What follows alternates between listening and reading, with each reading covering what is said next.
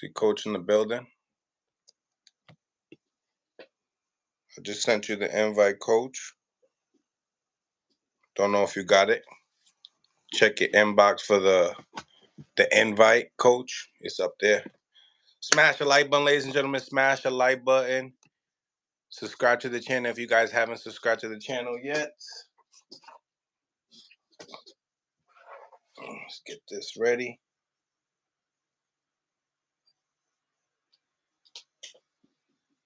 Okay. I see you, Coach. Let me do this request again. Let me get you out and put you out back one more time.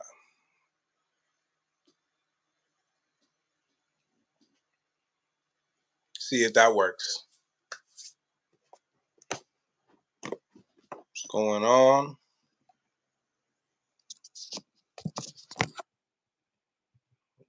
Bear with us. Technical difficulties. Where we at?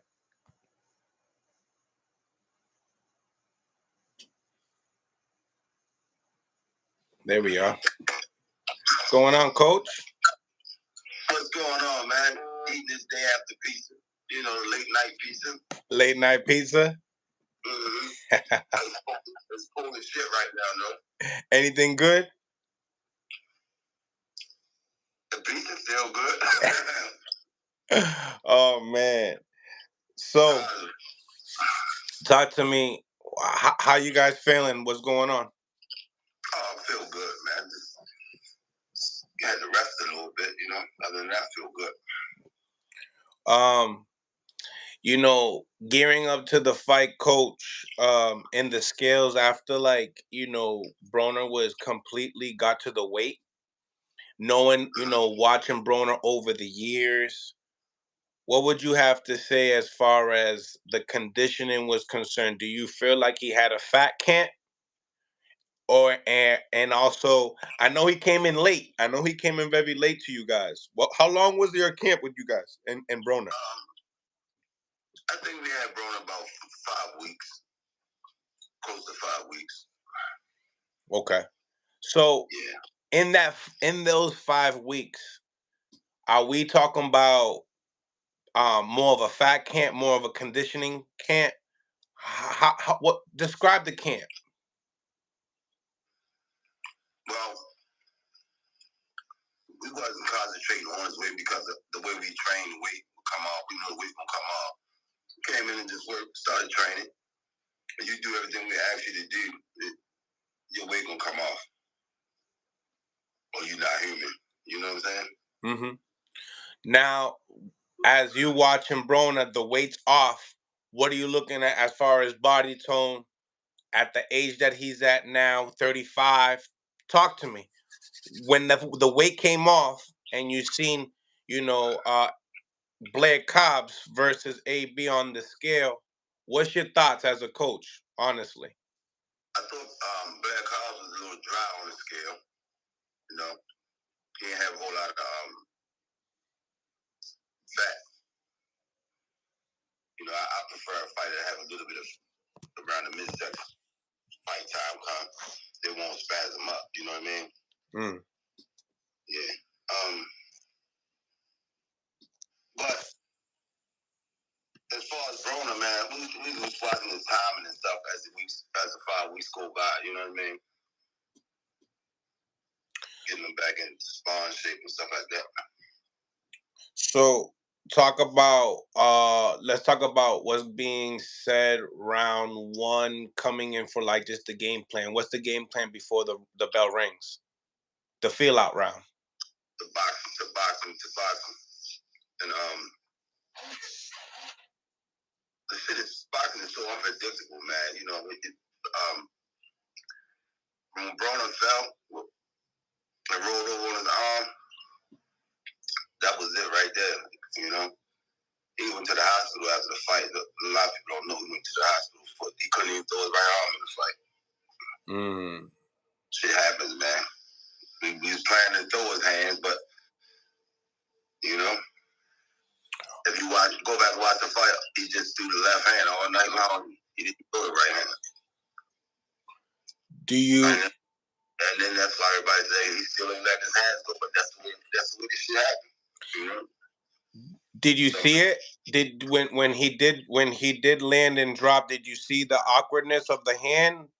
You and Coach? Well, yeah, if you go back and listen to the corner, you can hear him each round talking about he can't throw his hand. He said right hand, can't throw it. And I was telling him, see the doctor after the fight, you gotta throw this motherfucker. He just couldn't throw it. You know? So he was complaining. It's posted. People can go back and watch the fight. I'm like, damn, man, all he's doing is the left hand. Shit happens, man. That's boxing, though. So boxing so unpredictable. As you know, as far as the hand is concerned, are you saying that it wasn't the hand? It was his shoulder, up near the elbow. Elbow. Yeah. Okay. So, that being said, do you feel like that was the key reason of why he lost every round? It played a big role. It's posted on YouTube this morning. I watched it again. Anybody can go back and watch the whole fight. See, all he was throwing was the left hand. I'm like, dang. You can go watch it, you know? So, that being said, do you feel like it's worthy for a rematch? I mean, obviously, we hear that, Blair Cobbs is very, he's happy for the opportunity. We could see that in the interviews. Yeah. That being said, is it worthy for a rematch to see, hey, can we see AB with the right hand, or do you feel like he's... I would love to see it one more time. One more time. Okay. I would love to see it one more time. Now, as a fan, period, or as under the roof of you guys? Knowing what happened in the fight with the injury, and I would love to have Broner longer than 5 weeks. You know, even though he lost the fight, he still looked better than he did the last 2 or 3 fights. You know? Yeah, he did. He did look better in the Hutchinson fight. I mean, no, he looked better in this fight than the Hutchinson fight. I seen good things in this fight versus his last fight. But no excuses. I mean, Blair deserved it. He had the right to win. He trained, you know. Whenever a fighter trains, he got a right to win and enjoy their victory. So, no excuse. Boxing's unpredictable. Shit happens, and the outcome is the outcome. It's grown man shit. And, we go home to come out the next day and keep getting up with life, you know? In the rematch, you think it's a completely different fight if it's a longer count? Longer count, and he can have both hands, you know? I mean, do you feel like this injury is something that is that bad that at this age is going to be hard to come back from? I don't know the extent of the injury because they went to the hospital. I didn't go. I don't know what the X-rays or the MRI showed. So I really don't, know. Okay. As far as Blair Cobbs is concerned, was there anything that he surprised you in the fight? No.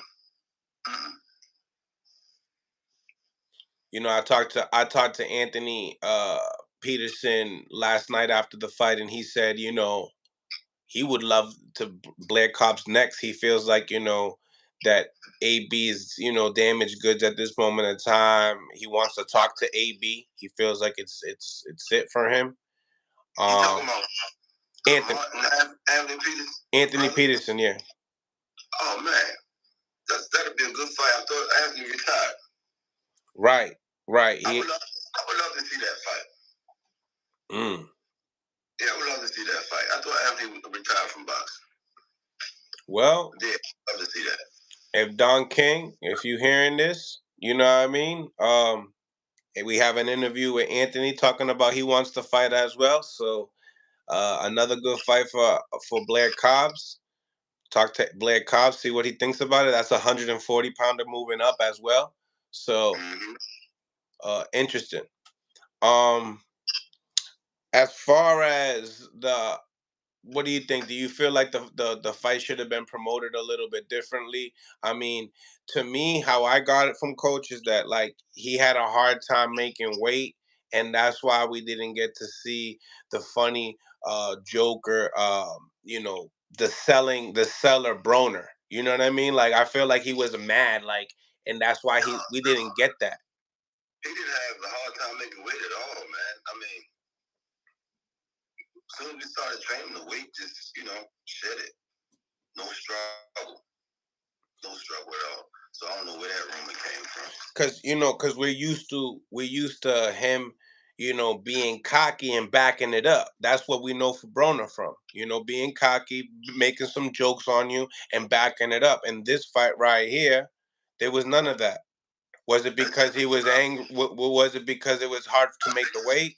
That's what I meant. No, I think it's a maturity thing, It's mental, just, sometimes maturity kick in early, sometimes it kick in late, midway. It's just, it's a maturity thing with him now. I understand. So this is a different Broner. This is a different side of Broner. I think he did have jokes here and there, but not as much, But yeah, his mental was good.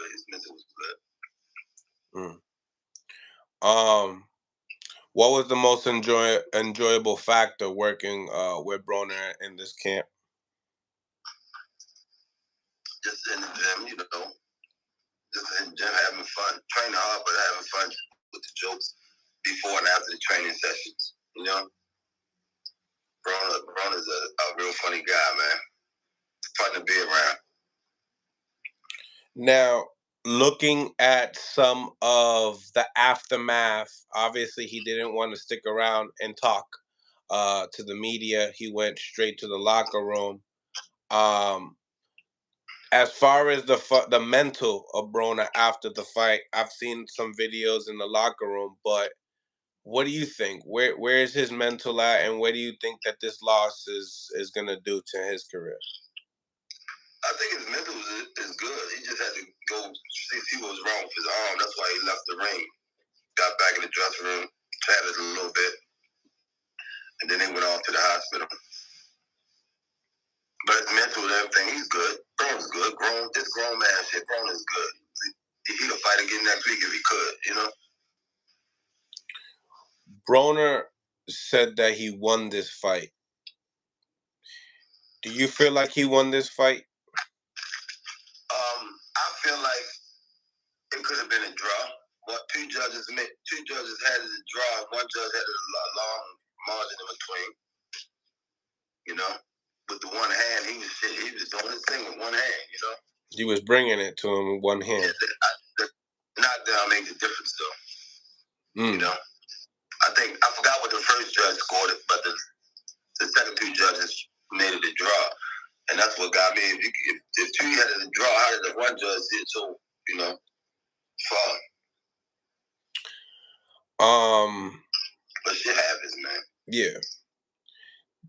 Do you feel like he'll be with you guys in the next fight? Yeah, for sure. That's awesome. Yeah. Now, is he part of like basically Team GTD? For sure. That's awesome. So you guys have a vet on your team now. Yeah. Hell yeah. That's good news. So other than that, like, do you feel like the company itself as a promotional company do you feel like that's a great way to like, step it up a notch? Do you feel like we're going to see more possibly, AB on a Tank card this time around? I mean, what you think? Or is it just strictly just like, Don King and AB just doing business together? I'm sure it's open. Don King, the whole Don King team is great. Negotiations with them, they'll make it happen, I'm sure. If they like family, I've been knowing Don King for over 20-something years. I had other fighters sign with him before, So negotiating with them shouldn't be a problem. To, coach mode. Right.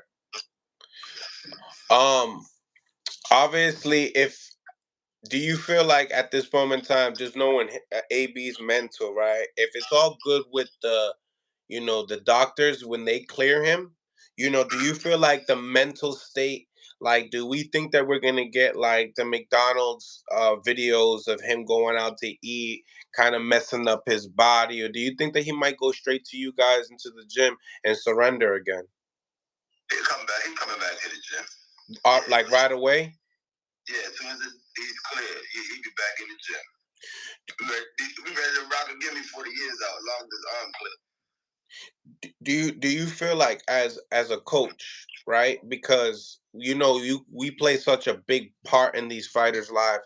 Do you feel like you got to check up on them now that you guys are at this place that you guys are working with him?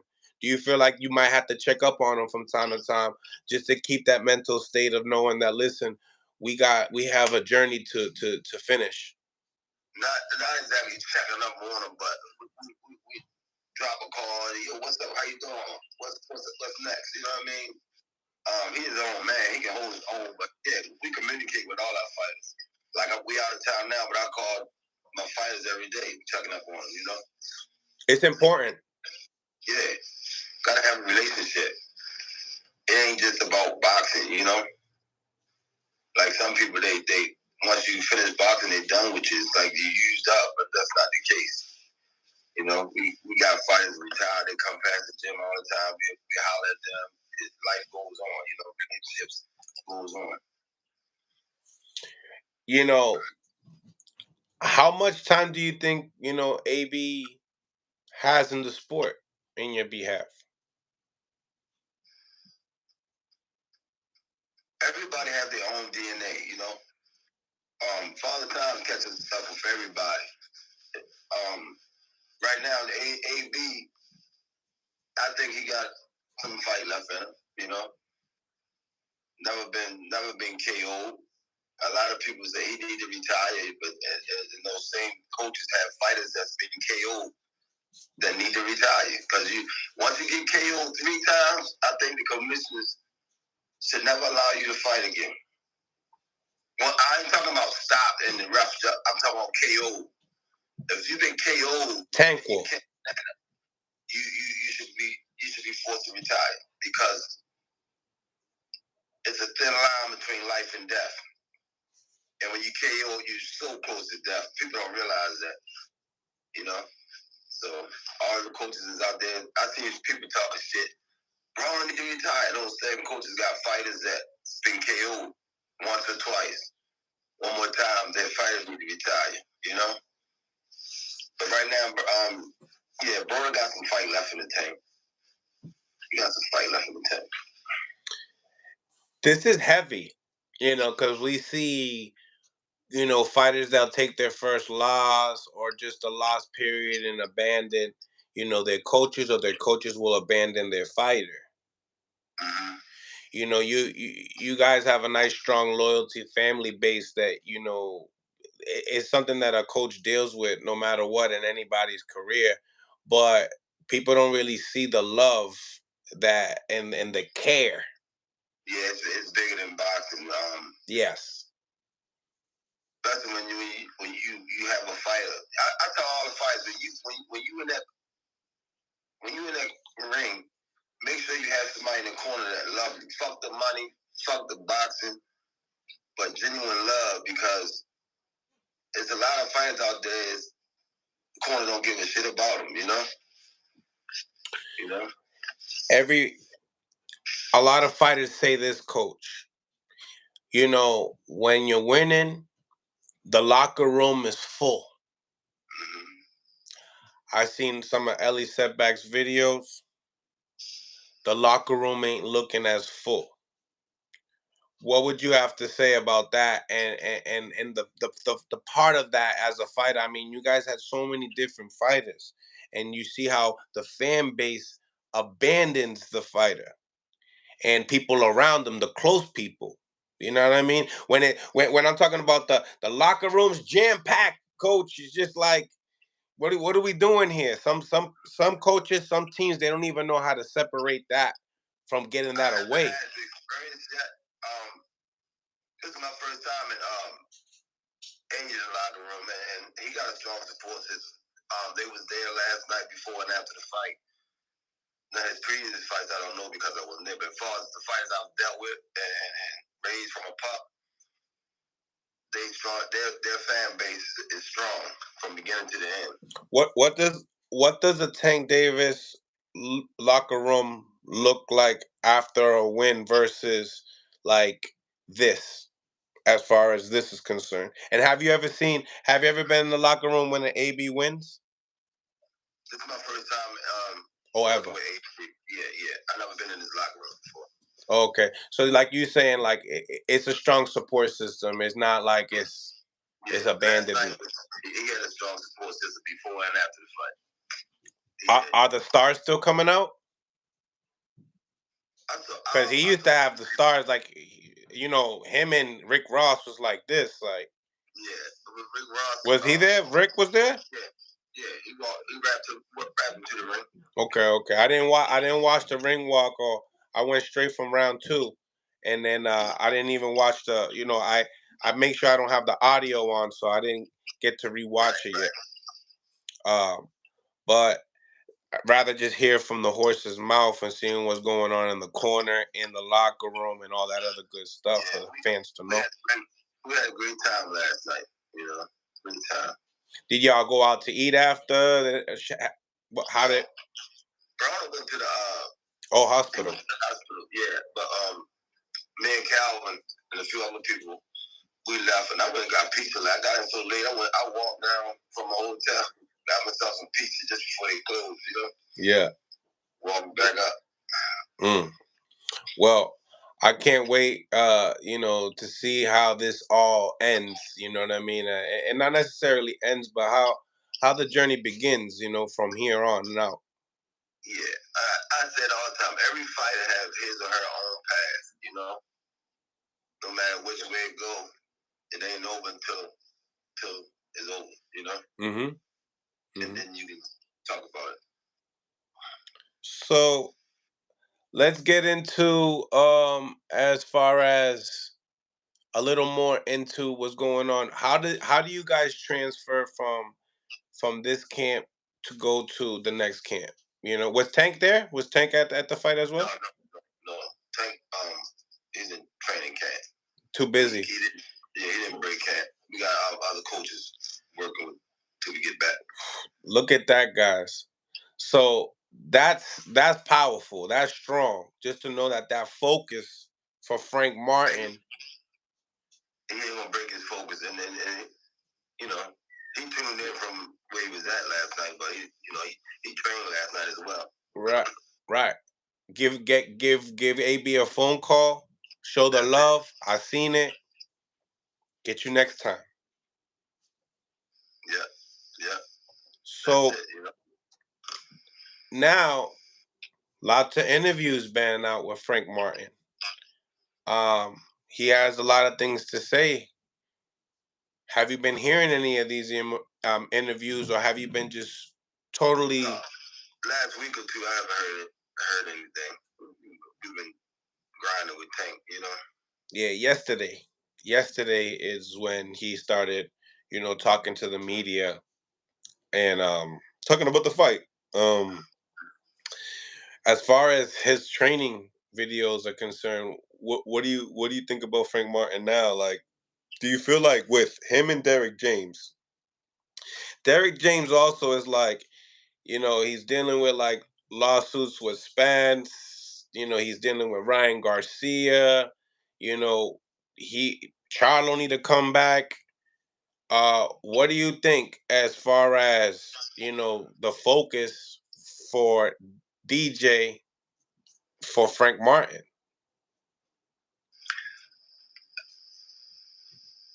I know coaches. I remember Calvin used to say, "I study the coaches." James is a great coach, humble man, and he's been around boxing long enough. He understands what fighters do, what they go through, and how emotional shit can get. You know what I mean? He's focused. Derek James is focused. One of my favorite coaches. I can't stress it enough. and I said it about a year ago. I said that Frank Martin is a dedicated fighter and he's got a good coach, but I just don't think he's ready. I think that if they took the fight later, it would be a better fight. Not saying he would beat Tank later, but it would be a better fight because of his dedication and his coach. But it would make the fight better. But right now, I think it's too soon. Well, as far as I'm listening to some of the media questions, and honestly, I wish I was there, honestly, to ask some better questions. But regardless, I've seen that he's talked about the speed, the speed that he has over Tank. He thinks that he also has underrated feet.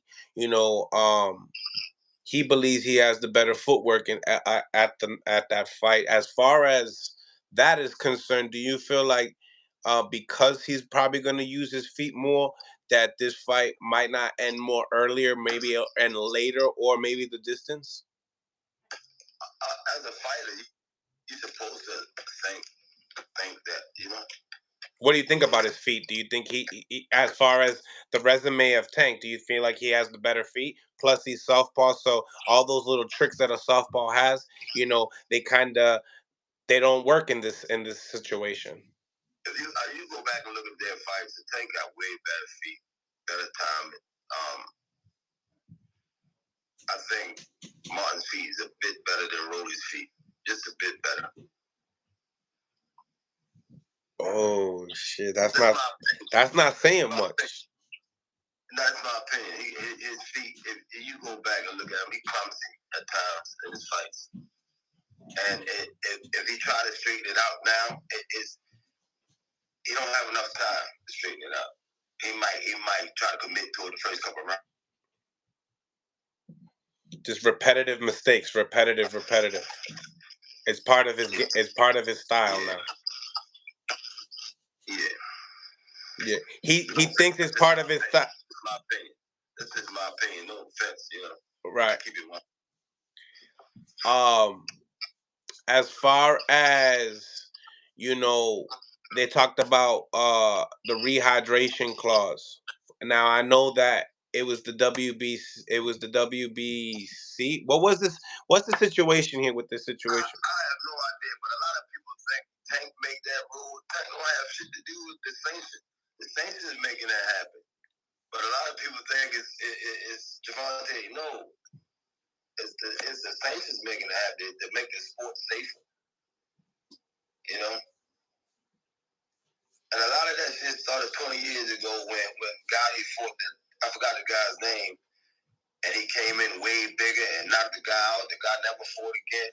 That shit started way back then, but today's casual fans was 3 years old when that shit happened. They have no idea,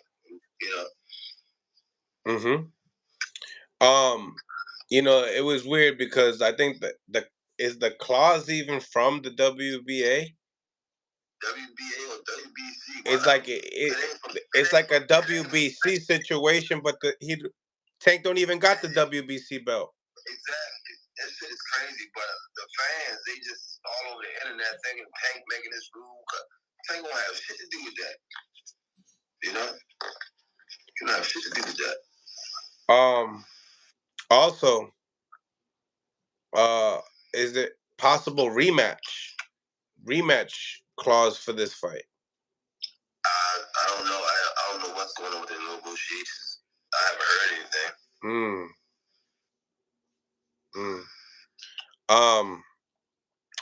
As far as so you believe, I remember we were talking, and obviously people were looking at the Twitter that we did with James Tony, talking about AB could beat Devin Haney. It's superly trending right now. Devin Haney mentioned, he retweeted, said, I'm not going to mention anything bad because Tony's a legend. Do you feel like at this moment in time, AB can still beat Devin? Yeah, I do. I don't see why not. Full training camp. You believe that Yeah.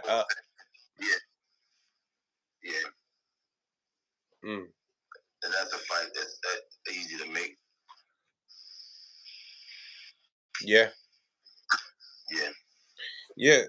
It is easy to make. Actually, it's very easy to be made. It was a fight that I believe that was probably, some people feel like it probably would have been a safer route to go with AB than Ryan Garcia. What do you think? You think it would have been a safer route? I don't know. I ain't gonna say safer, You work with AB, and you guys win against Tank Davis. I mean, you win against Ryan Garcia. Yeah, AB can crack. Some things happened last night where he couldn't throw both hands, couldn't throw the right hand. Give us a full cam with him. A healthy Adrien Broner. Yeah, I rock with Adrien Broner. Mm. Smash the like button, ladies and gentlemen. We got over 300 people on the YouTube live. Do us a favor before you come in. Ring the doorbell. You know what I mean? It's totally free. We're here live with the one and only Coach Kenny Ellis. Feel free to ask some questions. You guys, absolutely. I'll also be tapping in people in as well, so we can enjoy the podcast. But still got some more questions upon this fight. As far as Spence speaking upon, Frank Martin's skills, talking about, he's a better fighter than Tank. What do you think? Do you think it's just promotion? He better say that shit. That's his fighter. It'd be damn fool not to say it. He gotta say it. But do he deeply believe that shit when he in his house by himself? When he working out in the basement, do he really believe that shit? Only he knows. Thank God. Do you feel like he believes it? No. Tank used to be his friend. I think they still friends, but they cool. It's not that deep. Nah, Earl Spence gotta, he gotta say things. That's his fighter, So you think that this is a selling point for the fight? You feel like they're friends, and this is just more of a selling point to get this shit. Selling point. I mean, they had a little friction, but they grown men. It's not, it's not that heavy. We get mad with our own brothers, blood brothers. Sometimes we get past it, so it's not that heavy. Mm-hmm. Like that's life, Obviously Tank responds back, to the interview, and he basically responds saying, just promoting it. As far as the hype for this fight versus one of the biggest fights in pay-per-view numbers of this decade, what would you have to say the hype from this fight to like the Ryan Garcia fight? Because there's like a lot of build-up. Remember, like Tank got locked up. We haven't got to see him for such a long time. So there's like that, plus Frank Martin is undefeated. You know what I mean? So like, how does that match up with Ryan Garcia fight? I think Ryan Garcia fight, his fan base is unbelievable. His YouTube fans it made and Tank. But then again, I don't even really want to. I don't know if his Ryan's fans had something to do with it because they didn't show up. His fans didn't show up for the Haney fight, so it's hard to tell. I think alone just draw a crowd. You know what I mean? So you feel like the Ryan Garcia fans didn't show up, and you feel like that successful gate was the Devin Haney gate? No, I think just casual fans just showed up to watch the fight. Because you got y'all gate already beat. It wasn't Haney fans. It wasn't Garcia fans. Just casual boxing fans that came to watch the fight. Because they said that when Garcia fought Tank, the crowd came out. That's why the fight was so big. But where them fans at the Devin Haney fight? You know? I like it. And then, you know, you guys already, I don't know if you know, but you guys already beat that gate already. The gate that they already sold for the Devin Haney and Ryan Garcia. Yeah, I heard we beat that the first day. Yeah. Crazy. Yeah, I heard we beat the first day. JB, thank you for the $2. Appreciate you. Loyalty over dinero. Thank you for the $5. Check this out. Frank can't beat Ryan. How the F he beaten Tank? Damn, who said that? Loyalty over dinero. Frank can't beat Ryan. Frank can't. Yeah, he said Frank can't beat Ryan. Yeah, he said, check this out. Frank can't beat Ryan. Damn. What you think about that? Talk to me. It's so unpredictable. I don't know, but I think Ryan is a bigger puncher, way bigger puncher than Frank. You know. Way bigger, right? Yeah. Yeah, he's a bigger puncher. So that's a good fight. Yeah. Who would you favor in that fight if they ever did fight? Because they got friction now. Now he's like, yo, that's my coach. I always, no offense, I always go with the lean towards the punch. Because a puncher can punch from the first round to the 12th. A puncher can be in trouble in a fight, and all of a sudden he turns that shit around because he got the hammer. So I lean toward the puncher. Just like I did against Ryan and Devin Haney. Somebody asked the same question that I lean toward the puncher. You know. Tell me, why you think people should tune in to go watch the fight and pay for the pay-per-view this Saturday? It's gonna be explosive. You know, every time Javante steps in the ring, something big is guaranteed to happen, and people know. Tune in, don't miss it. Don't miss it, because something as big is gonna happen every time you step in the ring. It ain't like some fighters. Is he gonna show up this time? What are you gonna do? There's something always big gonna happen with Tank fight. You know? Always. Coach, there's a lot of like headlines for Mayweather. I hope everything is okay. Is Leonard Ellaby joining the GTD, promotion team straight up? Like, is he trying to work full time for y'all? Like, did he say salute? Did he say salute to Mayweather promotion? I haven't heard anything like that from Leonard Ellaby. I heard somebody else say it, but Leonard Ellaby is loyal to whoever he's friends with. And he knew Mayweather way longer than he knew us. I don't see him turning his back on Mayweather. They would sit down and negotiate, come to an agreement before he did some shit like that. Leonard Ellaby's a good guy, man. He's a good guy. And I don't see him doing nothing like that. Hell no. That's crazy. I mean, if it would surprise me, but I don't know. I haven't heard it, you know. I don't see Leonard Ellaby doing that shit to Floyd. Do you think that would be something that you guys would, do? Do you guys think that he fits well for being like a spokesman? Leonard Ellaby is our friend. I mean, he's not an enemy. Him and Tank is friends, you know. It wouldn't be going against Floyd like people making it sound. I mean, shit happens, you know. But I haven't heard anything like that, though. But if that was the case, big grown men, life goes on, you know. Life goes on. If you say, Kenny, I don't want you on my podcast no more, I'll be on the next podcast. Life goes on. And I'm still not mad with you, you know?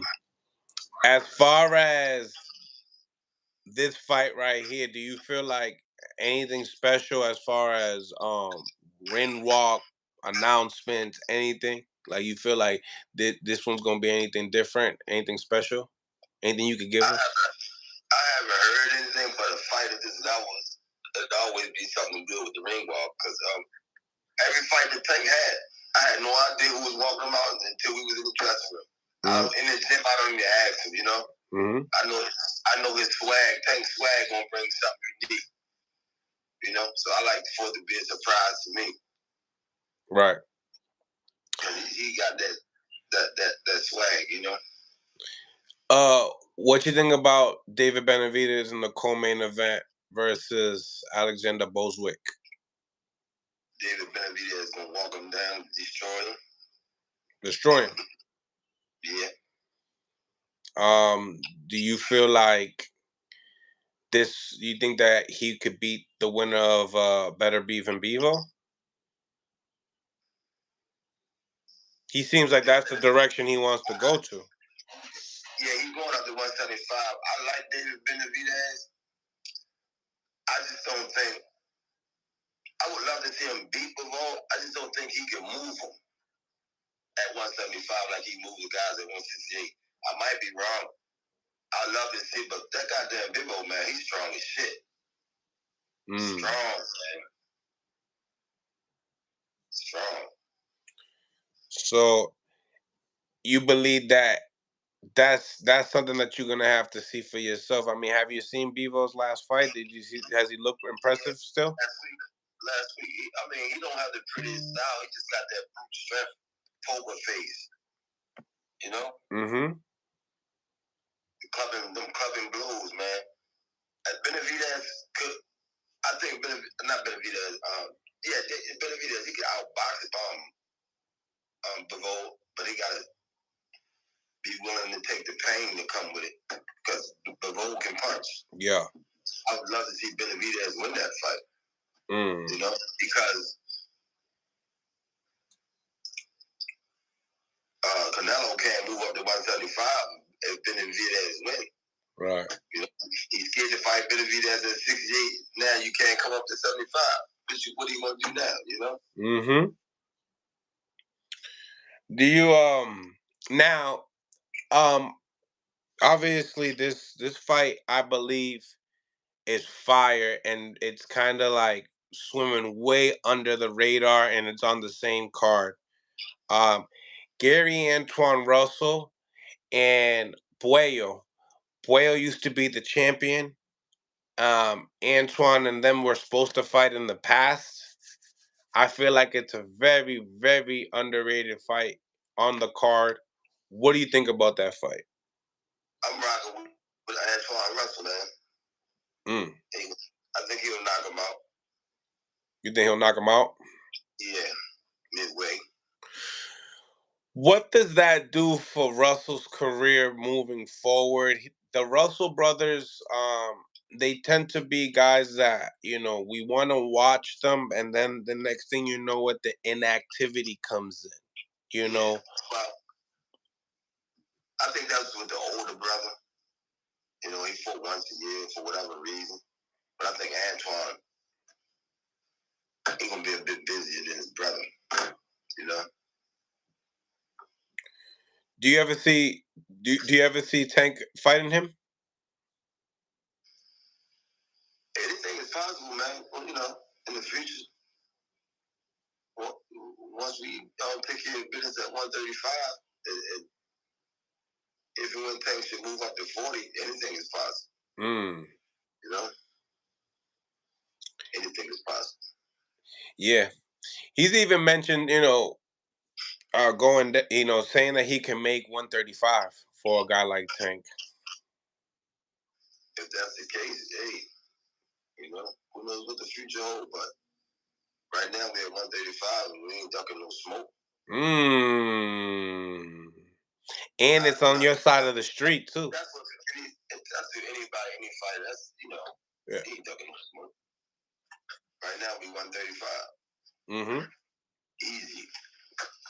You know why guys would say that? Why guys like me would say that? They're on the same card, you know, and we always see those things happen. The guys on the undercard wind up fighting the champion like Canelo. He was on all the 4 undercards. He wound up fighting for it. It happens to the history of boxing, you know.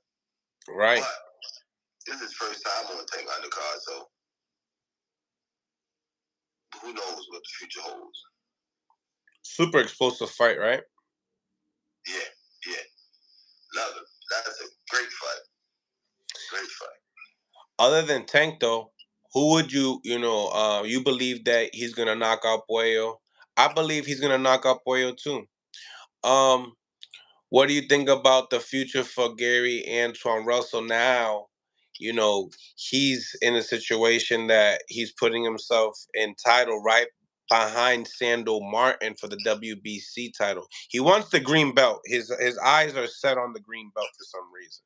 At 140, Matias, Antoine Russell is the dream fight. I gotta put them two the top dogs at 140 right now. Yeah. Top dogs. Matias and Antoine Russell. I've known Antoine Russell since his daddy. He was carrying him in his arms before he started boxing. He's a fucking beast from day one. Born in sin. Yeah, he got it. He got the it factor. He can punch, man. That's your dream fight at 140. That's mine too. I would love to see that at 140. Yeah, I would love to see that fight. When we talk about the best fight and the best in a division, that's what we're talking about. Yeah, Matias and Antoine Russell. Mm-hmm. Now, do you feel like the Haneys would ever, fight an Antoine Russell because, he is trying to get that belt? Nah, I don't see them coming back fighting him. I heard he ain't fighting no more than shit. I don't know how true it is, but I heard he wasn't fighting no more than shit, which I think he should fight November, December. He just took an L, but damn, he went 12 rounds.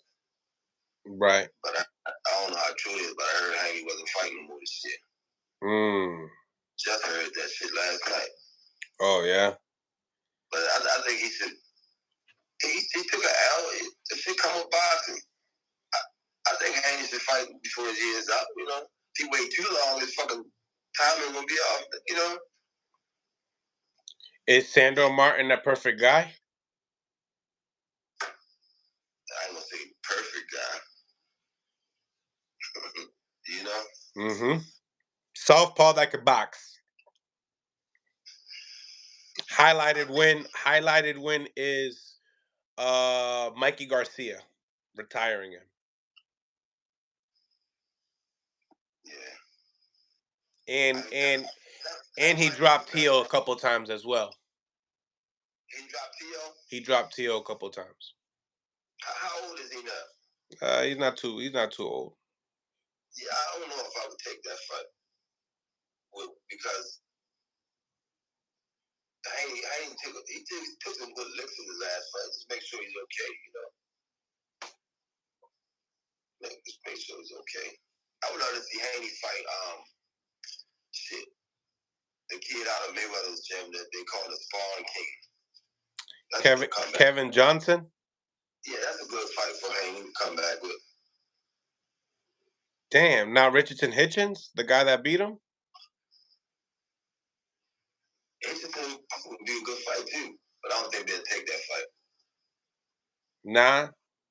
That's what Richardson wants. He want Haney? Oh yeah, he wants Haney. I don't think I don't know who doesn't want Haney. I think everybody wants Haney. I think everybody always wanted Haney. Yeah, that's the word. Everybody want Haney. I think everybody wanted Haney even before this. Yeah, more like Bill, not Bill built the animosity. Yeah. He definitely does a good job. He put his son in a position. I'll tell you that much though. Yeah, hats off. He did an excellent job. And he got elected trainer of the year the other day. He came out. Yeah, that's a blessing, man. He did a great job, And then, I don't hate the Haneys. I don't hate Bill, but it's just the fans, man. They just animosity.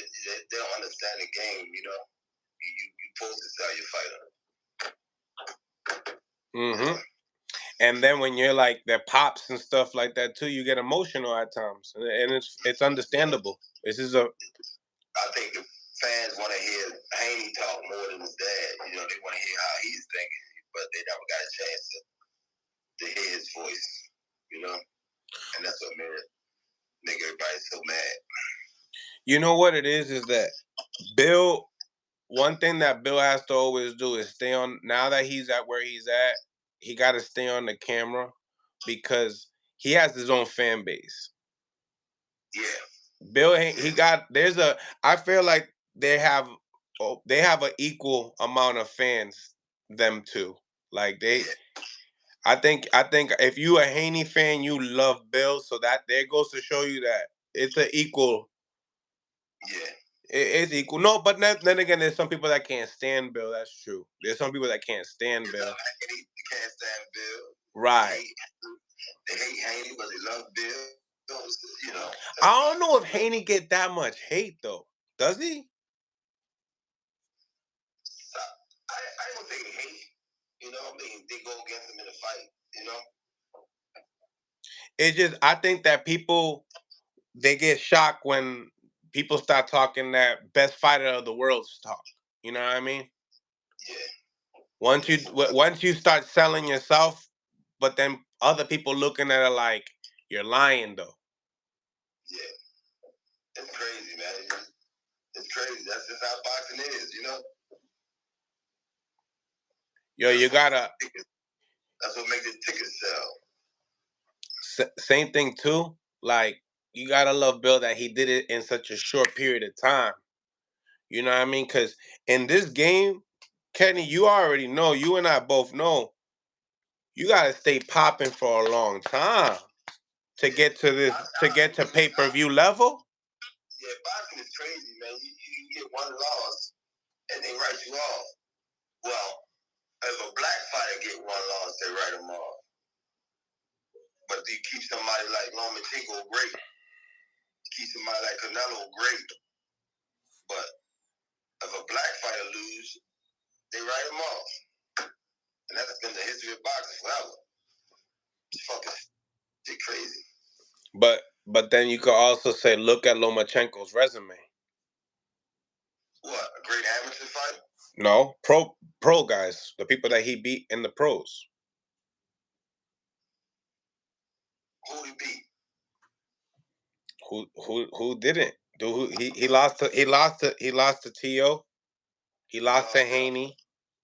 He lost to honorable loss. His first loss. Yeah, his first loss. Yeah. So I forget his name. But regardless, though, right? He kept high competition. If you still look at the wins that he got, look at some of the wins. I understand that, but if there was a black person, they would still write him off. Sean Porter. You know? Sean Porter. Sean Porter was a great fighter. And we wanted to watch him fight. He took Matt L's. You know? Great fighter. Lomachenko was a great amateur fighter, man. Lost his second or third pro fight. Mm-hmm. You know? So at the end of the day, I think that you 100% true though. Like people we gotta start falling in love with the careers and really start just being like, oh, this matchup and this style is just nice to watch, and put it together. It's not like any other sport where once the year turn over, your record starts from zero, like basketball or football, they start over again. You can't do that shit with boxing. Once you get that out, it follows you through your whole career, you know? Mm-hmm. I think that's crazy. It's shit terrible. But a loss shouldn't determine, you know, if you how great you're going to be. So all you gotta do is pick the right person. There's a lane for everybody, right? You know, look at Broner. Broner's still touching money that people can't touch. Exactly, Broner, man, he got one of the best chins in boxing, man. Broner ain't done. boxing is funny, man. Look at Claressa Shields. She one of the greatest fighters, man. She 2-time Olympian. She unified 3 different weight classes faster than anybody in history of the sport. Faster than the men. Why is she not on the billboards and why are people not sponsoring?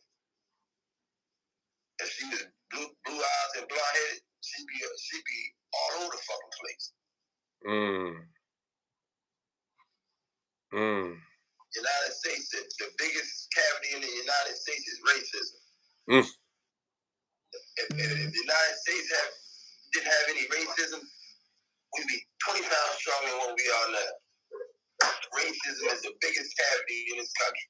Imagine if we didn't have racism, boy, we'd be a force to deal with.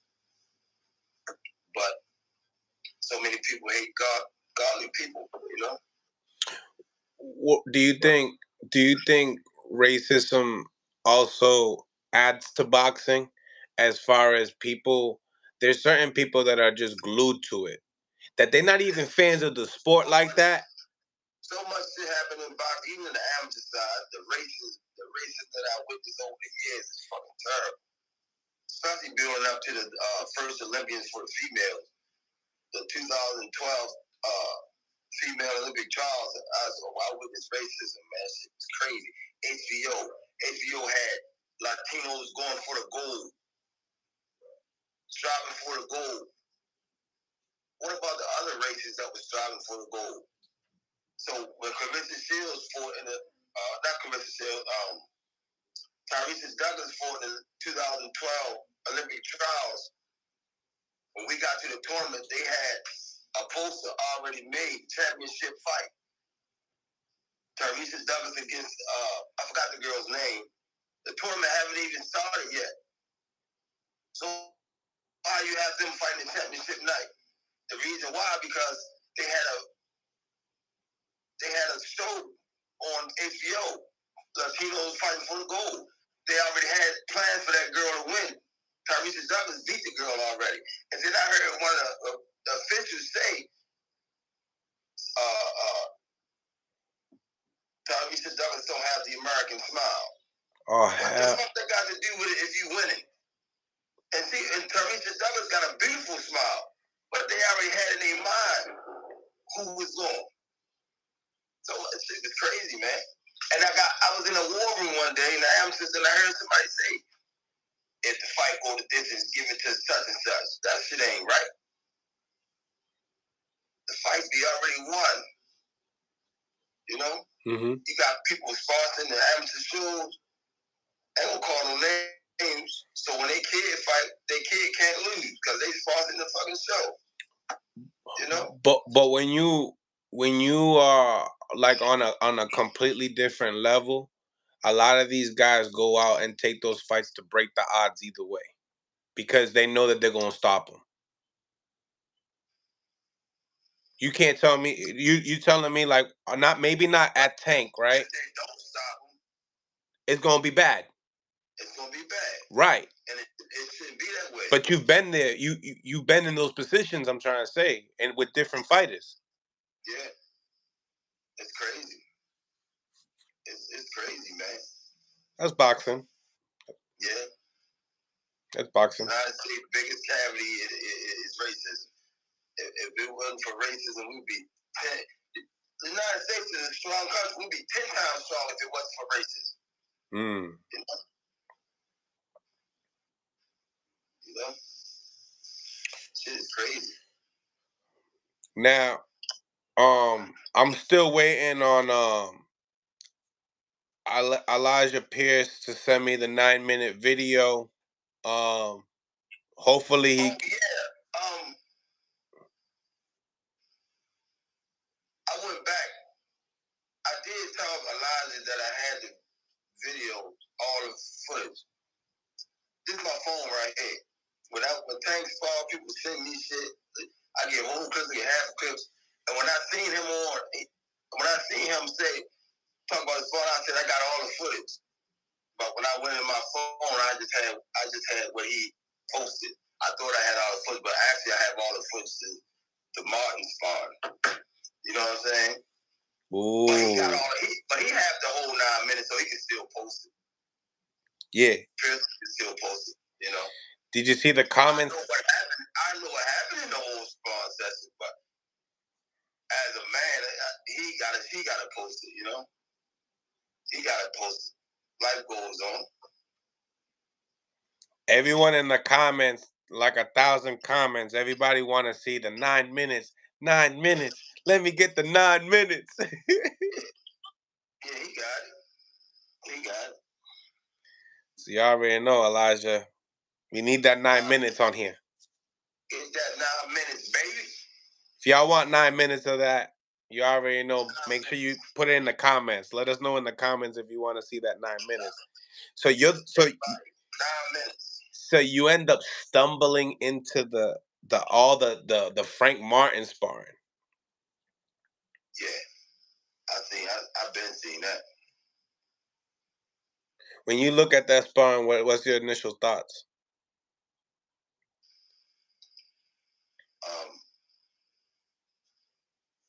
Tank was, I think Tank was on vacation or something, just someone into the gym, spar. He wasn't even fucking thinking about sparring for real. You know? Martin was training. Martin was in tip-top shape.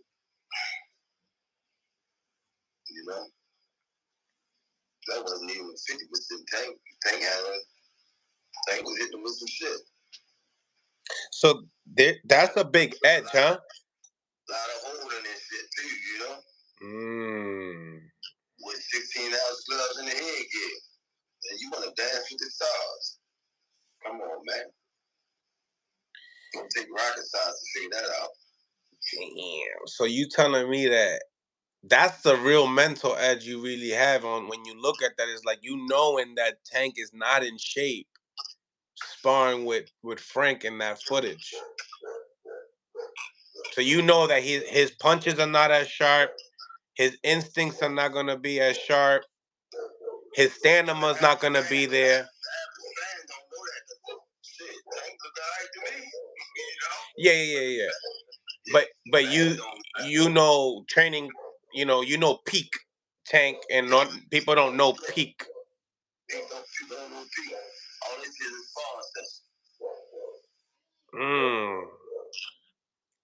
So how much of a mental edge is that coming into camp for, you think, when it comes to Tank and you coaches? Well, I mean, we're not looking past tomorrow. He got a good coach, man, and he's dedicated to his training, you know. But again, shit different, man. Them 8 ounces, though. He ain't fighting nobody with caliber Tank, you know. And he ain't never ever feel what Tank gonna bring next week, because when you spar, you don't go that hard. He don't go that hard when he spars. So I don't care who he bring in that fucking sparring session. They're not trying to rip him. They're not trying to fucking discombobulate him. So he's not experiencing what he's going to experience next week. You know? But he's saying it's all doghouse rules and stuff.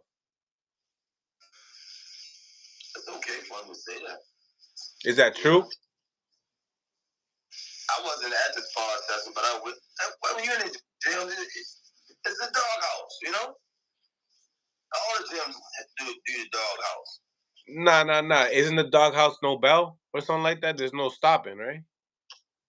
No. It's different things you do in the doghouse. You know? I thought doghouse was until you quit. No, it could be. It depends on what they said in the doghouse that day. You know? It's a lot of different things you do in the doghouse. You know, you can put one person in the ring against 5 until he falls short, then the next man get in there. It's so much. I don't know what the rule was that day with them, you know. And Coach Calvin wasn't there, so I know Tank. When Calvin's in Tank ear, shit. Different beast, man. Different beast. Yeah. So,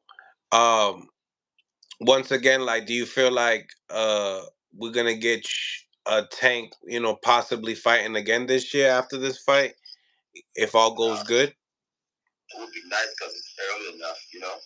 It would be nice, but who knows? Who knows?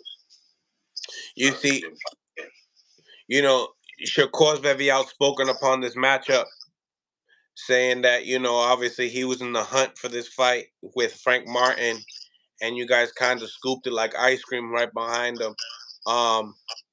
He's saying that this is an easy fight for Tank, that he's not on his level. Do you feel like he's downplaying the fight because he was supposed to fight him? I think I put myself in Martin's shoes. If I'm trying to fight Shakur and I'm not getting an answer, yeah, we're gonna fight or no, we ain't. And then opportunity come to fight Tank, and the purse is bigger than the Shakur fight. Fuck yeah, I'm gonna fight Tank. I'm getting paid more. You know what I'm saying? Mm-hmm. I ain't gonna say I wouldn't say Tank came and scooped him up. It ain't work like that, but Martin got an opportunity to make more money. That's how it went. It ain't Tank scooping him up. Martin said, shit, I'm gonna go over and get this 1.2 million. Would you rather get 1.2 million or 500,000? No, I know, but the reason why I say this, Coach, right, is because people in the media, when the fight got announced that, you know, they were in negotiations with Frank and, you know, Shakur, everybody didn't really give Frank Martin a chance. They thought it was a cherry pick. So then when we come up with Tank, which a lot of people have Tank being the number 135 pounder, you know, they're gonna think obviously it's a cherry pick as well. So that's what I'm saying. Do you feel like he downplaying Frank, or is more that Tank? You know, he kind of gave Tank the praises, like he know Tank is that. He know. Shakur know. He knows who's the best. You know. I don't think he's downplaying Frank. Shakur no boxing. Shakur no boxing. He no boxing. Do you think if Shakur is, you know, successful with Artem, the guy that Frank just beat, which was very controversial, if you know Artem didn't take that knee at the end, do you think Shakur goes right at Frank Martin next? I don't think that opportunity to be there for Shakur to go at Frank Martin. Because of the rematch? After next week, the opportunity won't be there because I don't think Martin will take the fight. He said he would. He said that he would. He said he would take the Shakur fight if he beats Tank. So why wouldn't he take the Shakur fight if he loses to Tank? Because you don't want to lose back to back. Yeah. And wait for that payday, get another payday, then. You want to come back, get a couple wins first, then fight Shakur. You don't want to. Don't go with a wolf to another wolf. Gervonta Davis and Shakur Stevens are the best two 135 pounds. He don't want to lose back to back. You know? Hey, you know, we seen that Ryan Garcia went from Tank. Well, no, he went Tank, Oscar Duarte, then Haney. Yeah. But I understand though. I can't compare really like that. But nevertheless, Coach, man, I appreciate you for tapping in. There's only so much you could do, and it's just a matter of time for you know, a fighter.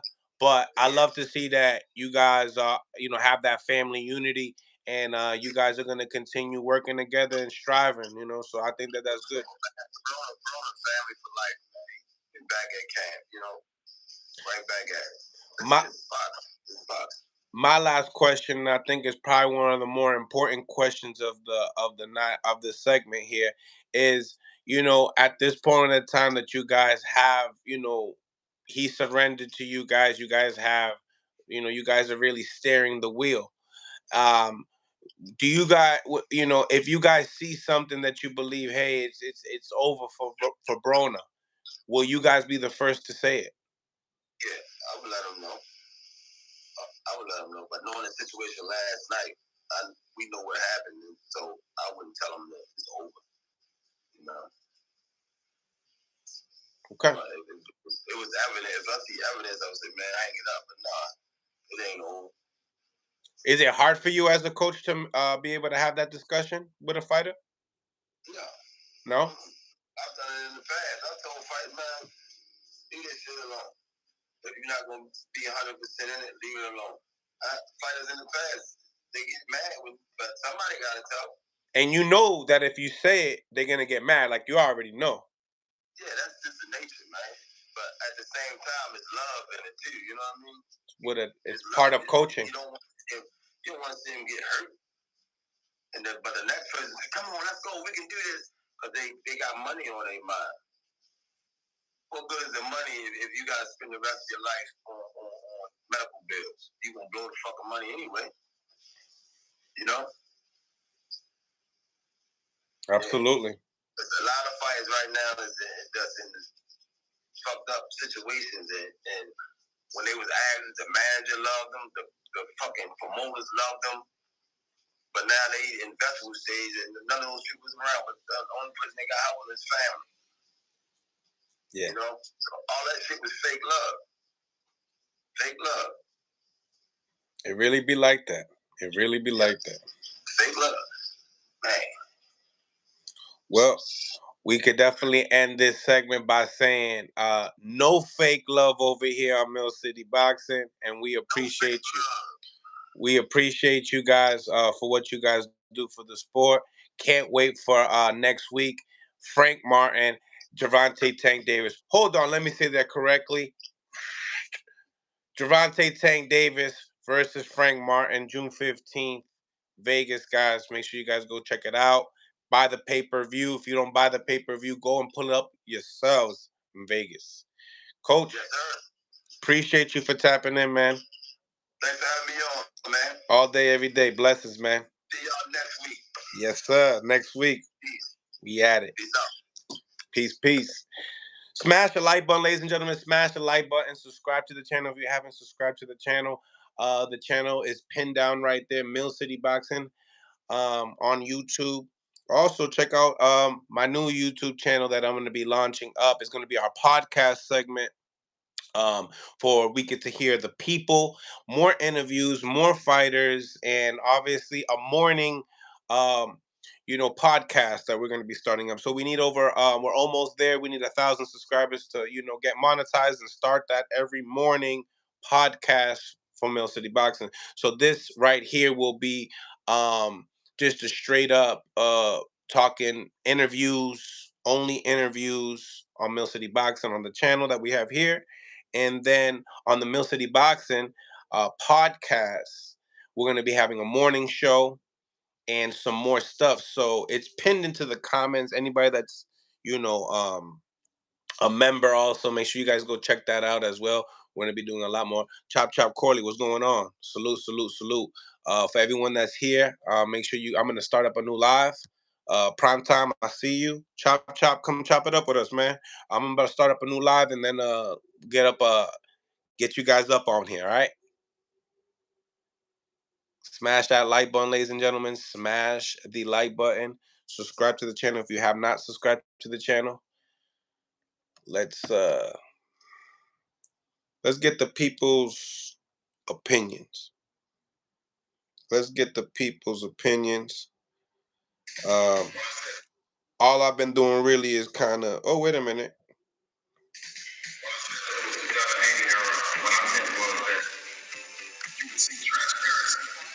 We started on YouTube. I think my first meeting with Bob was like, they were familiar with the linear television, but not digital television. And I told Bob, I said, digital will be the way to go. I learned that from my son. I believe that there are stars in your home. I learned that. I don't just look on television, nor do I look in the sky. I encourage everyone else that sometimes that look look at what you have in your home. And more importantly, don't do everything that you can to save your house and lose the people in it. I thank you guys for this award. It means the world to me. I joined a fraternity of guys that were a lot more intelligent, a lot more talented than me. But I'm accepting the award and I'm very grateful. Thank you. Salute to Bill Haney getting that award. Manager of the Year. Salute. But right now we have to do something. It is the showtime. The showtime will arrive. Okay. And when Blair shows up. Man, I ain't never seen you on Showtime, man. His business done. He's tired of paying for you, man. Man, I don't want to hear about that shit. Damn. I don't want to hear about that shit. It's my nigga. I pay for my niggas when they come around me too. When you come around and pay for you too, I know your shit short. Oh. Worked up the shit. Content there. So go out and subscribe to that channel.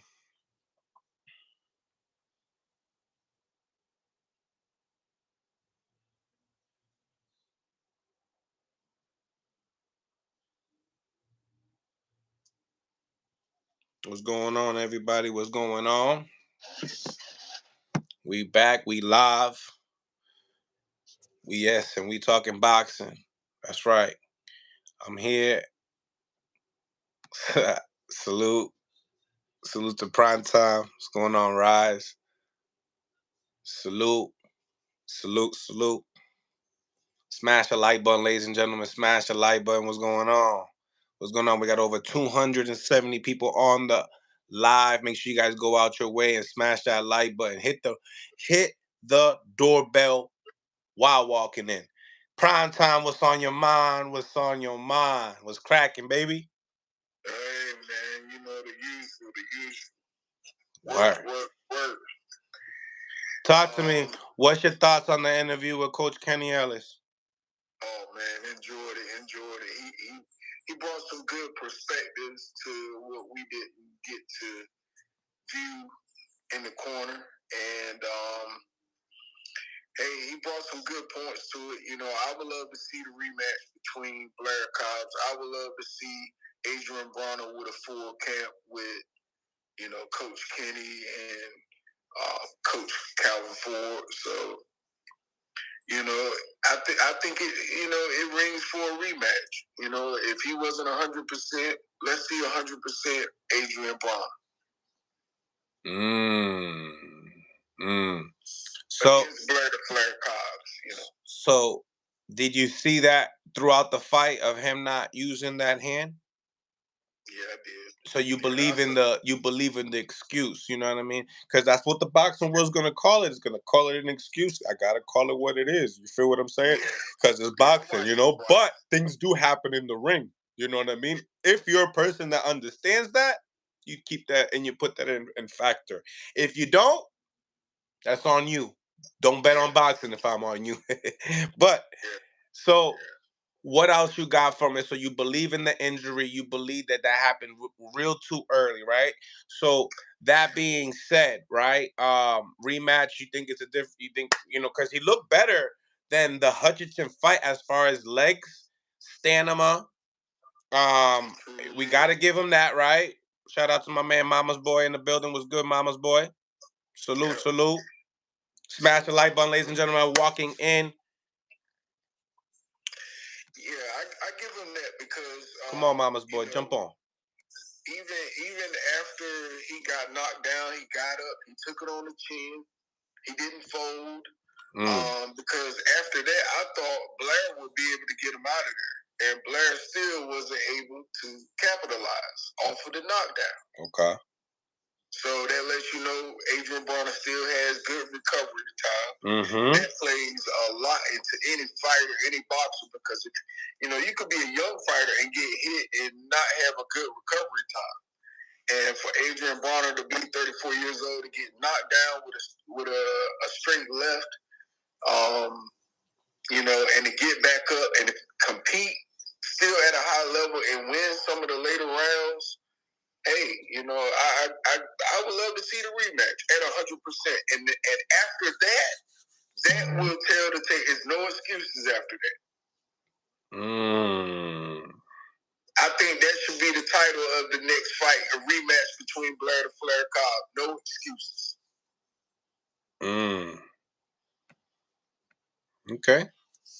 Okay. We still got phone lines are open, ladies and gentlemen. We got 2 more lines open. Smash the like button. Let's talk this talk. Let's talk this talk. So, what else you got for me? Well, honestly, another good, I'd say, sign from Adrien Broner is he fought a bigger guy. He fought someone that was, fairly outsized against Adrien Broner, had a longer reach than Adrien Broner.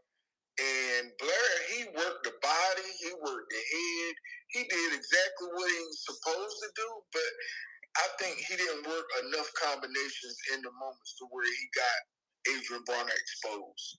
He didn't work enough of his jabs to set up a good shot to really expose some of the weaknesses Broner had. And you're fighting a one-arm Broner. Talk to me. We're seeing experience beat a lot of these guys. I hate to say it, same thing with Shakur Stevenson recently, with Adrien De Los Santos. Fighters are having these guys injured and not being able to play chess and have a high IQ to understand that, hey, this guy isn't throwing his right hand. This guy isn't throwing his left hand. And let me capitalize off of that. So a lot of the times you're seeing now these guys with experience beat guys with inexperience, even when injured. Mama's boy, talk to me. What's goody, bro? Tap in with your boy. Stop playing me. My man, he's funny. Mama's boy is funny, bro. Probably one of the funniest boxers, like, when it comes to sense of humor. Him and AB. That's why I want to get him on so he can talk. You know what I mean? I know he last time we talked, me and Mama's boy, we kept it 100 on the last fight with AB. So, I know he's gonna do the same, and it is what it is, ladies and gentlemen. Lisa Snow, what's going on? Facts. If you watch the fight, Broner looked the exact same. I keep it a spade a spade. Just a better opponent in front of him. Hutchinson, he was a nobody, a nadie. But it is what it is. He was a lawyer. So you got to give him that, right? AB's last opponent. He can defend himself. In and out the ring. You feel me? So don't play with my boy. Don't play with him, right? Put some respect on his name. He definitely beat a lawyer controversially. Listen. I don't know who looked more dead, Don King or AB last night. He did not want to let these hands go. I'm just saying. Cold-blooded. Did I say that correctly? AB, if you want to come here and roast me, you're the only one that is allowed to roast me. And I'll just let it go. I'll just be like, yo. You know what I'm saying? So check out this. Did y'all see Devin Haney retweet my on Twitter talking about I did an interview with Coach Kenny Ellis and James Tony. Everyone's retweeting. It got over 100,000 views. And Devin Haney goes, I ain't even gonna say nothing bad about James Tony. You seen it? Because he's a legend. I seen it. I retweeted it. Oh, you see your boy like this, like, hey.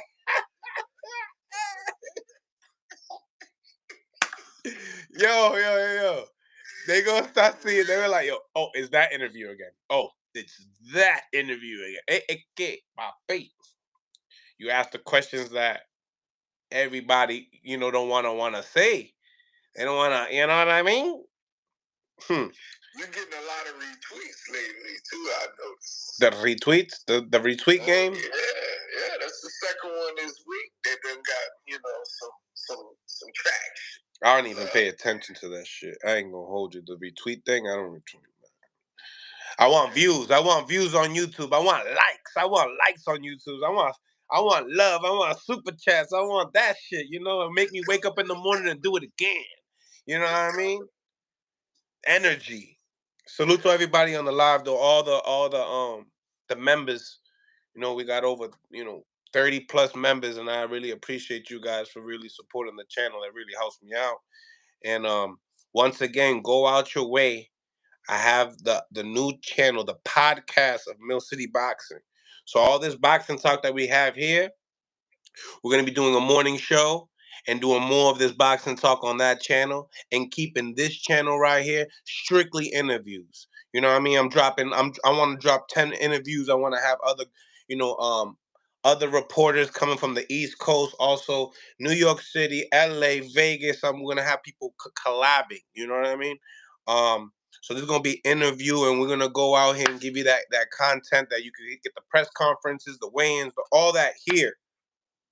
But on that, I need you guys to help me out get 1,000 subscribers to get monetized. I already got the watch time hours. I'm already done. The watch time hours, the content is lit. We good. The David Benavidez interview already did 40K of views. You know what I mean?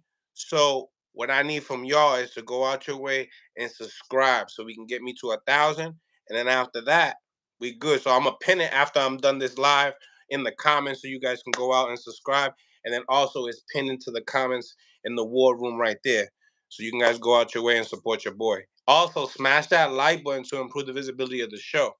So, coming in, what are the things you liked about, the interview and the fight itself and moving forward? Call in, guys. I got 2 open lines. As usual, Coach Kenny, man, he keeps it real, man. He keeps it 100. That's one of the good things that, when I tune in to Coach Kenny Ellis, he gonna drop nothing but the realness. He don't be stuttering. He flow. He keep it, a buck, and he kept it a buck on Broner, and that's one of the key things I loved about the interview. It was some of the same things that I had felt about it as well, but he just highlighted it and just confirmed everything I was thinking about the whole fight. So, like I said, I want to see the part 2 to that. And, I think it'll be good for both of them. You know what I'm saying? It'll give them both the warm-up juices instead of going out and testing the waters against a new fighter and failing horrible. I like it. New caller coming in. Troy, what's going on, man? What's on your mind? What's going on, gentlemen? What's going on now? Did you say you did an interview with Devin Haney and James Tony, or did I hear you wrong? Did I hear you wrong? Yeah, so I did an interview with Coach Kenny Ellis and James Tony, and we were talking about Devin Haney, and I put up a video upon them sparring, and James Tony saying, "Oh, Devin Haney, you hitting me like a bitch," and then from there, it caught steam, and then we started in that interview. I said, "Do you feel like?" I think he randomly said, James Tony, "I think that AB would knock out Devin Haney." He actually said that he can let Devin Haney hit him in the face because he got a chin, and he gonna come and knock him out anyway. He said that. And Devin Haney responded on Twitter saying, "I'm not going to answer back because James Tony is a legend." So that's how it went down. That was wise. Come on, man. You can't mess with my boy. You can't mess with my boy JT. He had 4 laughing emojis behind him. Yeah, James is behind who? Man, James is like Devin Haney had, when he said that, he had 4 laughing emojis behind him. Yeah, man. You gotta have a. It was funny. Yeah, it was. It was funny. Yeah, it's like that. He's a real good dude. And his mind is as sharp as the tip of a diamond. Trust me when I say that his mind is very sharp. One more open line, guys. One more open line. Smash the like button. Yeah, but look, man, I wanted to make some comments about the whole thing with Broner and maybe touch on something with Wilder and the fight coming up with Tank, right? at some point as a boxer, you have to really realize that, you just don't have it anymore. And maybe you should really step away for your own good. But that pride, as they say, is a mother, right? So as far as Broner goes, he was never any good after his first loss. And when Floyd came in and took the rematch away from him, I don't know if that mentally stunted him or whatever happened. He's never been the same since his loss. Never. And as far as Wilder goes, outside of having the right hand, which he really never knocked out any top heavyweight with, he has no fundamentals because he never listened to the one guy in his corner, which was Mark Breland, who could teach him something. So he doesn't need to come back because there's no one that he can beat. So he should really just retire. No more AB. That's it. Finito. That's it. Talk to me. You don't want to see no more.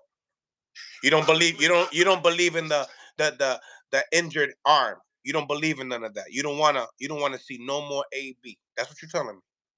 I think his injury is more the spirit and his mind. Maybe he needs to see a therapist, man, because you just don't stop being what he was that fast. Remember, he was a highlight reel, man.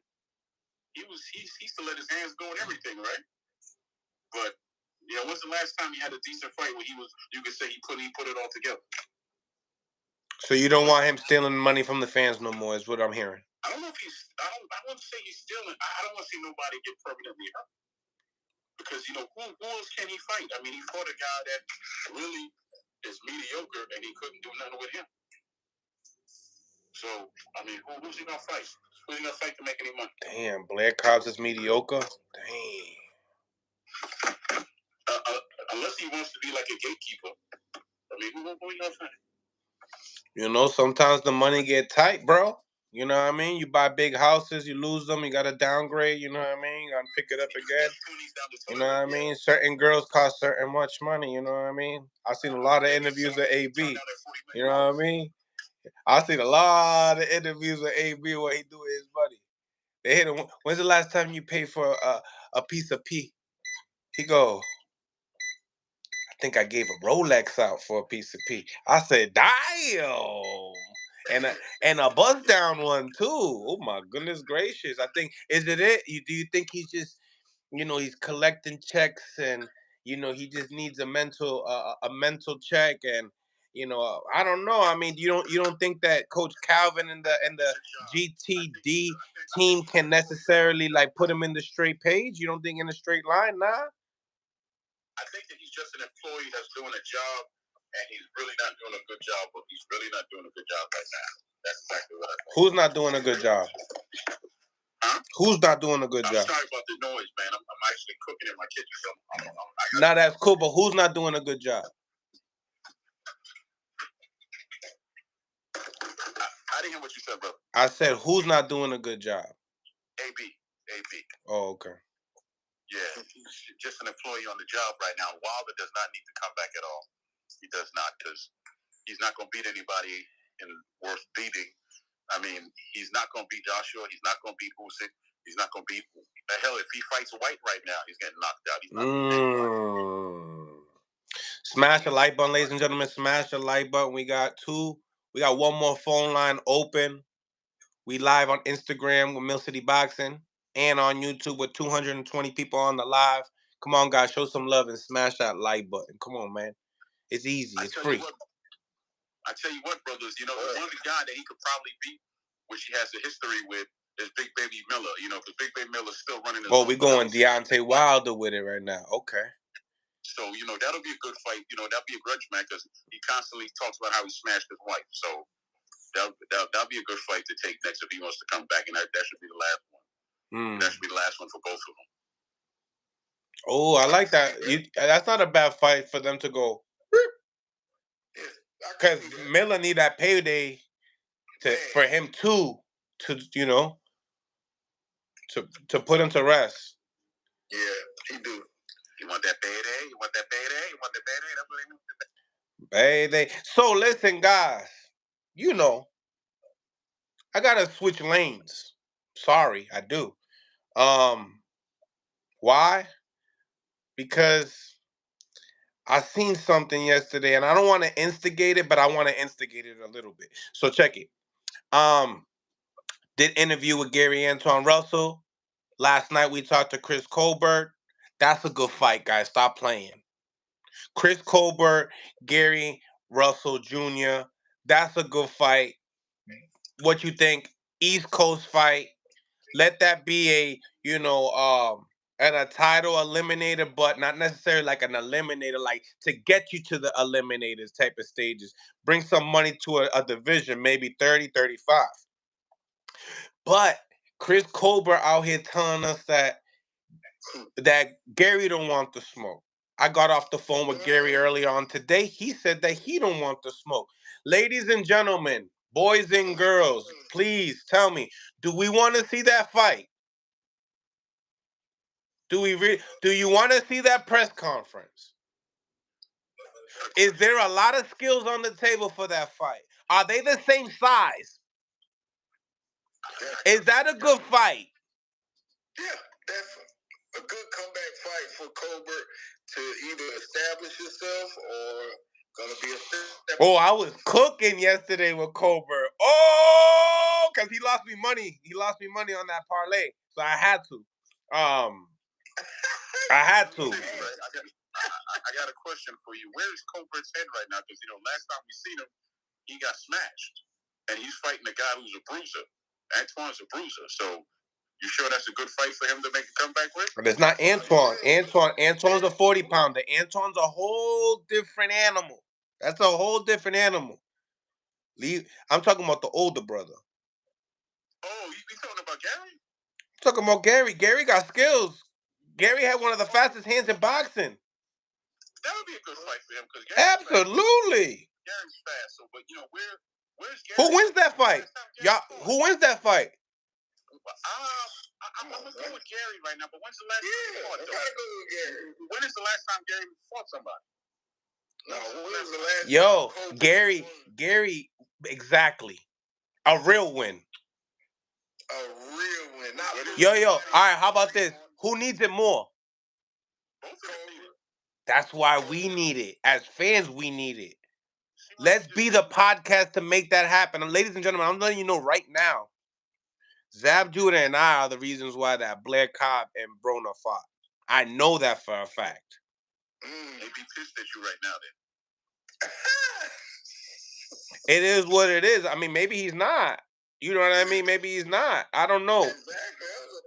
That was, you know what I mean? I don't know. Who's he going to come back with? You know what I mean? Who's he really going to come back with? And now he got a potential rematch because his hand, his arm, his elbow. You know what I mean? So that's where I'm at. I'm saying that fight need to happen. I'm sick of these guys fighting nobodies. I'm sick of it. You know what I mean? If you haven't fought and you haven't fought, then you guys should fight. And you know what? They're both saying they don't need no tune-ups. Ladies and gentlemen, should this fight happen? Definitely. To real fight fans, should this fight happen? You tell me. Got a phone line open. Talk to me. It sounds like a secondary fight, but it sounds like it'll be a fun fight. So yeah, you go ahead and make it, Yeah, the press conference is gonna be lit. Come on. You gonna put him in there with a wolf? Yo, bro, I think that's one of the best matchups you can make. That if you go in and you get a little arena that hold 4,500 in the East Coast, and you could do a main event showbox, or let that be on one of those mega prime fights. Let that be one of the the fourth fight of the card. Fire. You know what I mean? Straight fight. Cause they gonna stay up majority of the fight just off people hearing them drawing back. Then you put the younger brother on the card too, fighting somebody. Now you bumping up the stock of the Russells right there, just off of one fight alone. You know what I mean? You see where I'm getting at? Whew. There's a lot of people in that DMV area. There's a lot of talent. A lot of talent in the East Coast alone, right there. Maybe 4,500. They might sell that out, and the promoters be like, Mills, you stupid. That shit deserves to be at a 8,000. If you do it right. Yeah. If you do it right. I tell you who's looking for a fight, and I mentioned his name before. Chop looking for a fight. So, if so like if AD can't find anybody to fight next, he can always fight Chop. Nah. I don't want that. I know you and Chop are cool like as hell, because you can tell. You can tell this is the second time you came on this panel talk about Chop. Chop should fight Zab Judah. I'm like, listen, Zab had a brain surgery. So you looking at me like, I didn't know that. I know you didn't know that. That's why when you did that funny face, I was like, oh, he didn't know. See, it was like when Bill Haney said that shit. He was like saying that shit to me, and I'm like, oh, he should not say that. Like, I was like, it was like that. You feel me? Smash the like button, ladies and gentlemen. Smash the like button. Show the love, guys. There's over 233 people on the live. Yeah, so how come Chop shouldn't fight AB? Nah, because nobody want to see it. Nobody want to see AB's last couple of fights. Nah, people, now you really messing it up, dude. Like, with the Chop. How old is Chop, bro? Chop's 3 years younger than me. He's 50. But the dude is in great shape. You see what I'm saying, bro? Listen to what I'm saying. Your matchmaking skills are fire. He's actually in better shape than most of these young boxers. Nah. He's in better shape than most of these young boxers today. Yeah, he is actually. It's not about that. You gotta take hits at that age. You gotta be able to take a punch at that age. It's different. Yeah, but he's fighting a guy that don't let his hands go. It's AB, bro. He's still a 4-division champion. It doesn't matter how you cut it. He's still a puncher. It's the last thing that goes. Champion last night too. Man, that goal fuck around end in 3 rounds because they both they both not gonna take it serious, and then they're gonna be like, why this fight ever happened? Yeah, Chop will take it serious. He'll probably beat AB. Are you Chop's promoter? It sounds like it, doesn't it? It sounds like it, yeah. Well, blood. You guys are blood related? Nah, he's just a good dude. He's been on my show quite a few times. He's a good dude, man. He is a good dude. He is a good dude. He want that Mayweather fight. Yeah, but Mayweather only fight like mobster grandsons and midget kickboxers. And so you tell me now. You tell me this: they do the rematch. Who wins? I think Floyd will still beat him, but he'll get a tougher fight from Chop than he would from everybody he laughs for. Who wins? What would you rather see, Floyd Mayweather or AB together fighting versus Chop and AB, or Chop and see it? People want to see AB and Floyd, right? It still sounds attractive, doesn't it, or no? Prime time. Talk to me. Yeah, it sounds attractive. It sounds more attractive than Chop. Yeah, definitely. You feel me? Definitely. Yeah, Chop. And Floyd never gave AB the opportunity. Floyd Bay never did. You feel me? He'll always tell him, like, I ain't gonna talk bad about him, but I ain't gonna feed him either. Exactly. So this is that time. And I feel as though can't hear you. Should give him that opportunity, AB, the opportunity versus John Gotti, the second or third part 2.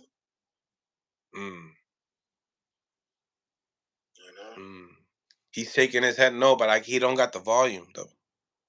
No, I don't want to talk all the time. Oh, okay. Go ahead, debate with him. Go ahead. We haven't got a debate all day. Okay, so you were saying something about John Gotti part 2 with Floyd. Why? No, I said I would rather see Adrien Broner fight Mayweather than to see that John Gotti again.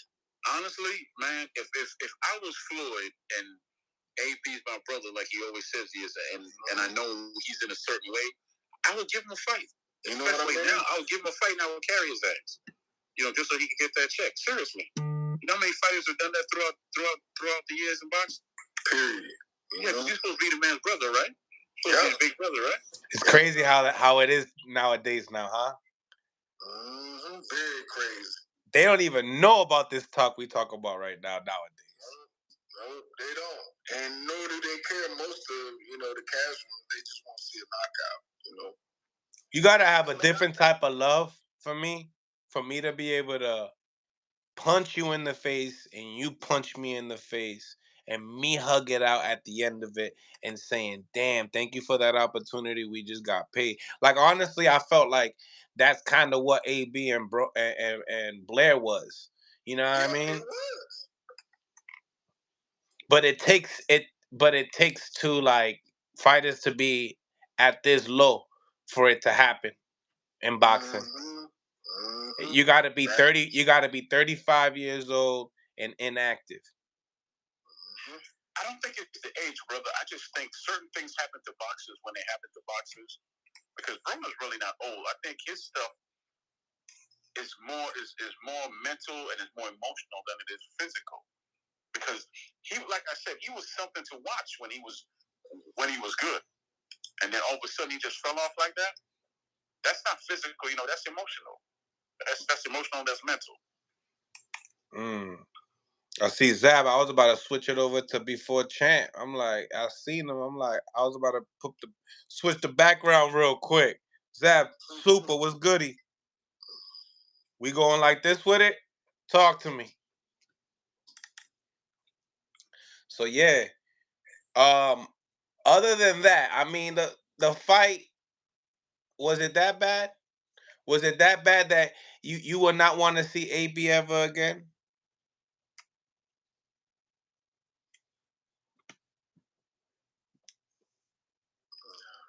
It wasn't that bad to me. I enjoyed it. You know what I mean? It was better than the typical AB, to be honest with you. But watching it a second time, and noticing how he didn't really use that arm as much, like I said, I would love to see him get his just due. If it is a go out fight, then let the man go out 100%. Blair would take it.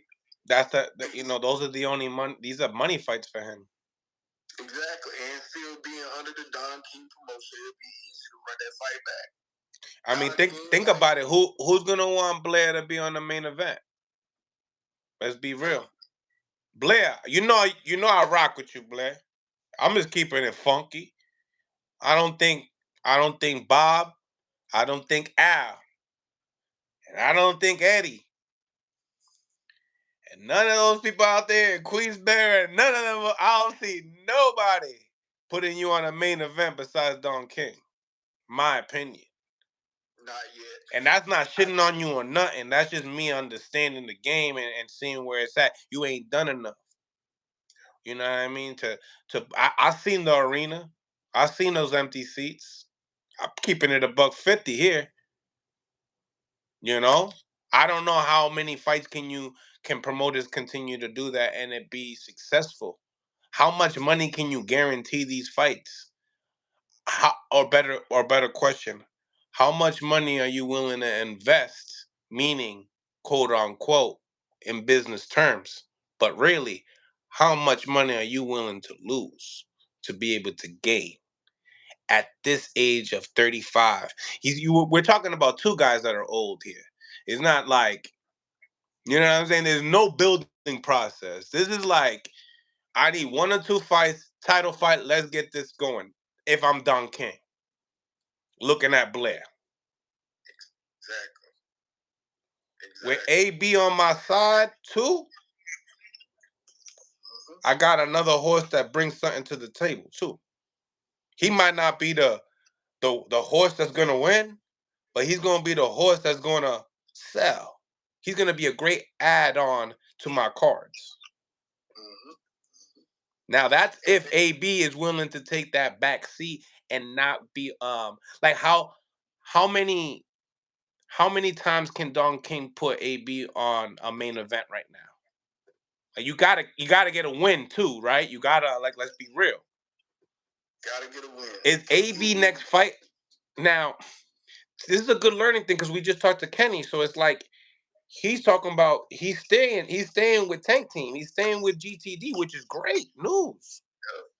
Great news. Stay stable, stay loyal to somebody. You know what I mean? And let them if like you could tell that they care. You know what I mean?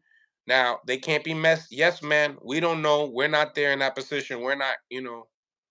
But nevertheless, it was a nice question for me to ask Kenny. When you know it's that time, would you be able to tell AB? That's the thing. I understand he's a 4 division champ, and I know these guys. They're not starstruck. They deal with Tank on a regular. He's one of the biggest. He's one of the biggest stars in boxing. Yeah. Now it's all about love and saying, because some coaches will be like, I'm not comfortable training you in these conditions. It's not necessarily saying that I quit on you. He's just trying to give you that gem to put in your pocket. And like Coach Kenny said, that conversation always is never going to be a positive conversation. It's always going to be serious. And most likely, 75% of it probably going to go wrong if you're not physically and mentally, emotionally attached to that coach. You know what I'm saying? We seen Errol Spence said, I'm not emotional with D. I'm just saying, he not emotional with Derek James. He already put it in the public. I'm looking for a new coach. That turned into everyone else's new title on YouTube after that. Yeah. Even while Derek James is training Frank Martin for next weekend. Cold-blooded. I would have just said I ain't got no comment as a promoter and as Frank Martin's promoter, manager, or whatever. I wouldn't have said nothing. At this point, you don't need no distractions for your fighter. You don't need no distractions for your fighter's coach. You don't want to stir up something that other people can ask questions about that could distract both corners. Well, in your corner, not a good look. Boy, oh boy, oh boy. I know one thing. We will be back with Zab Judah and Blair Cobbs tonight for sure. Maybe this evening. We're gonna get that interview done. We're gonna give you guys some more action. I appreciate the $8 and the 200 people on the live. The 84 likes look suspect. I ain't even gonna hold you. It hurts my feelings actually. Nah, but at the end of the day, I appreciate the ones that have, showed the love. Make sure you guys go out your way. If you haven't showed the love, make sure you guys do. If you like content like this, if you guys want me to continue to keep you this content like this, we definitely appreciate it. Also, morning show podcast is coming soon. And the only way we can get through that is if we get monetized. So the link is in the comments, guys. Go out your way, subscribe. It's totally free. And we want to give you guys an early morning podcast from Monday to Friday. What you think about that? So in order to get that, we need to be able to get some love. It's called Mill City Boxing Podcast. Very similar logo. It just has podcasts on gold. That's the only difference. A lot of the same interviews right there. Long format content. And like I said, every morning we want to give you guys a morning podcast, and then this channel right here will be strictly interviews and just more and more and more of them. Want to be able to separate the two, be able to get more different people's outputs, get a different co-host every single day, give you guys something new. So all I'm trying to do is just give you guys more. So go out your way into the comments. We got over 200 people in here. So if I can get over like 50, 100 subs more after this, will be great. All right. Appreciate you guys, and we'll be back with another one. Blessings. T, appreciate you. Hit you in a second. And once again, guys, stay tuned for the next interview. Blessings, and we out. Salute. Salute.